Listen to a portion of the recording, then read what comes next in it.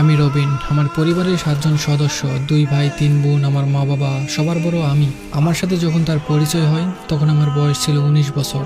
পরিচয় হয় একটা হাসপাতালে, জহিরুল ইসলাম মেডিকেল কলেজ, তার বাড়ির কাছাকাছি। আমি আমার দাদাকে নিয়ে যাই সেখানে, আর সে তার মাকে নিয়ে আসে। আমি একটু ভালো বুঝতাম হাসপাতালের বিষয়গুলো, কারণ আমি ছোট থেকে এইগুলোর সাথে আছি। আর সে তেমন কিছুই বোঝে না, তাই দুজন একসাথে বসে ডাক্তারের জন্য অপেক্ষা করছি।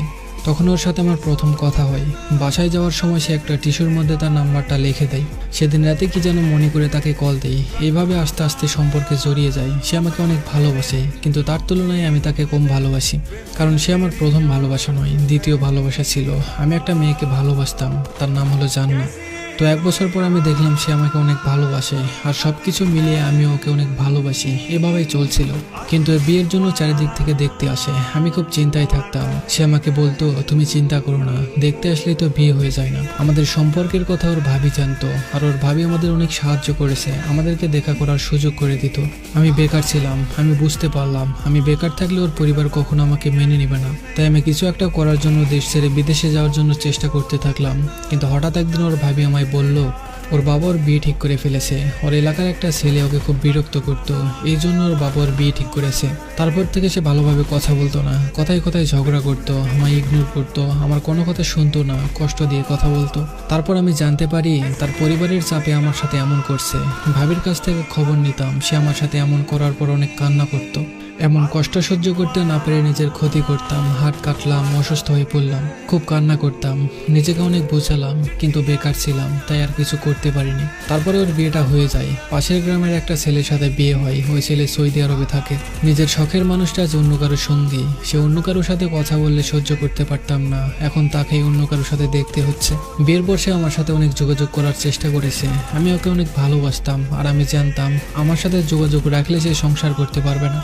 তাই আমি সিদ্ধান্ত নিলাম তার সাথে আর কোনো যোগাযোগ রাখবো না। আমি চাই না আমাদের এই সম্পর্কের কথা জেনে ওর আর ওর জামাইয়ের মধ্যে কোনো ঝামেলা হোক। এভাবে 8টা মাস চলে যায়, কিন্তু আমি ওকে ভুলতে পারিনি। ওর কণ্ঠটা একবার শোনার জন্য অনেক নাম্বার থেকে কল দিতাম, কথা বলতাম না, চুপ করে থাকতাম। তারপর তার কণ্ঠটা শুনে কলটা কেটে দিতাম। সেও আমাকে ভুলতে পারতো না, আমাকে অনেক ভালোবাসতো। ও প্রতিদিন কান্না করতো, না খেয়ে থাকতো। কিছু করার ছিল না আমার, বিয়ে হয়েছে, কি আর করতাম। বিয়ের 1 বছর পর তার এমন কান্নাকাটি দেখে ওর সাথে প্রায় সময় কথা বলতাম। কিন্তু হঠাৎ একটা সময় সে অনেক অসুস্থ হয়ে পড়ে। জহিরুল ইসলাম মেডিকেল কলেজে নিয়ে ভর্তি করানো হয়। সেখানে 17 দিন রাখা হয়। ডাক্তার জানায় তার ব্রেন টিউমার হয়েছে, আর সেটা এত বড় হয়েছে যে খুব তাড়াতাড়ি অপারেশন না করালে খারাপ কিছু হয়ে যাবে। তাই ওকে ওখান থেকে ঢাকাতে নেওয়া হয়। তখন আমি হাসপাতালে গিয়ে ওকে দেখে আসতাম। ওকে অপারেশন করবে ঢাকাতে, তারপর ওকে ইন্ডিয়াতে নিয়ে যাওয়া হবে। তখন ঢাকার ডাক্তার জানায় তার চুলগুলো কেটে ফেলতে হবে। তখন সে অনেক কান্না করতে থাকে। সে কোনোভাবেই ওর চুলগুলো কাটতে দিবে না, কারণ আমি সব থেকে বেশি ওর চুলগুলোকেই পছন্দ করতাম। আমি অনেক বুঝে ওকে রাজি করাই। তারপর তার অপারেশন করা হয়। একটু সুস্থ হওয়ার পর ওকে বাড়িতে আনা হয়। বৃহস্পতিবার আমি তাকে দেখে বাড়িতে চলে আসি। সেই দিন রাতে আমি ফোনটা চার্জে দিয়ে সাইলেন্ট করে ঘুমিয়ে পড়ি। সকালে ঘুম থেকে উঠতে না উঠতেই বন্ধুরা আমাকে ডেকে নিয়ে যায় খেলার জন্য। আমি ফোন না নিয়ে চলে যাই। শুক্রবার ভোর 5টার সময় আমার প্রিয় মানুষটা এই পৃথিবীর মায়া ত্যাগ করে চলে যায়। তার মৃত্যুর কথা বলতে তার ভাবি আমাকে অনেকবার কল দিয়েছে, কিন্তু আমার ফোনটা সাইলেন্ট করা ছিল, তাই আমার পরিবারের কেউই শুনতে পায়নি। দুপুর 2টার সময় আমি বাসায় আসি। এসে ফোনটা হাতে নেই, দেখি তার ভাবি 26টা কল দিয়েছে, আরও 3-4টা নাম্বার থেকে কল আসছে। পরে আমি সাথে সাথে কলটা ব্যাক করি। ওপাশ থেকে যখন শুনলাম সে আর নেই, তখন মনে হচ্ছিল যেন আমার পৃথিবীটা উলট পালট হয়ে যাচ্ছে। হাতের ফোনটা ছুঁড়ে মারলাম ওয়ালে। শব্দ শুনে আমার বোন আসে কি হয়েছে দেখার জন্য। আমি তখন চিৎকার করে কান্না করছিলাম। দরজাটা বন্ধ করে রুমের সবকিছু ভেঙে ফেলি। মা বাবা বন্ধু সবাই দরজা ধাক্কাতে থাকে। রাতে দরজা খুলে বের হলাম, সবাইকে সবকিছু খুলে বললাম। আমার কপালটা এমন যে তাকে শেষ দেখাও দেখতে পারলাম না। তাকে জানাজা করে কবর দেওয়ার পর জানতে পারি সে আর পৃথিবীতে নেই।